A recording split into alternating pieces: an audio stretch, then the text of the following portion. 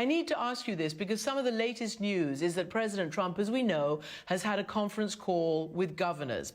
And some of that audio has come out and we're using it. And in it, he says to governors, he says, you're weak. He says, many of you should be, not showing this weakness. We're laughing stocks. You need to dominate. You need to dominate.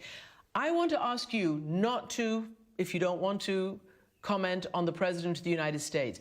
But is the right direction for police today in this environment to go out and dominate and to show that they're quote unquote not weak? What should the police be doing now to calm this terrible situation?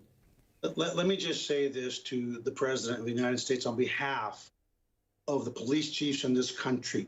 Please, if you don't have something constructive to say, keep your mouth shut, because you're putting men and women in their early 20s at risk.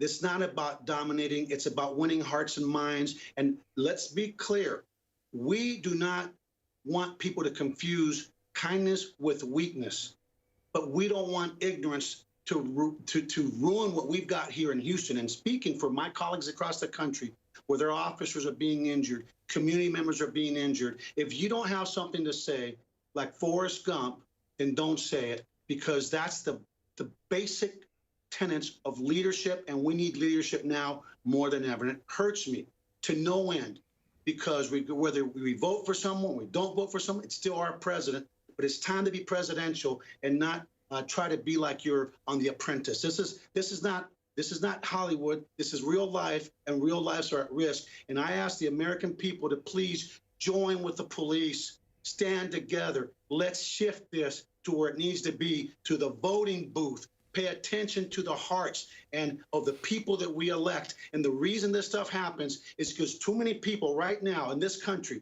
that are throwing bricks and damaging property never bother to vote. So you have a choice. Lift up your voice, be heard in the voting booth, and continue to march peacefully. So the focus remains on bad policing, criminal policing. And let's be real honest, this is not just about policing. It's about society and this disproportionality of the things going on in our country, from education to health to food to everything that we all as human beings hold near and dear. So please, please don't react to that. If we just hug one another, the only thing that will happen to overcome hate is love and engagement. Let's engage and let's do what we can control, which is our own actions, our own hearts, and exercise without fail our right to vote.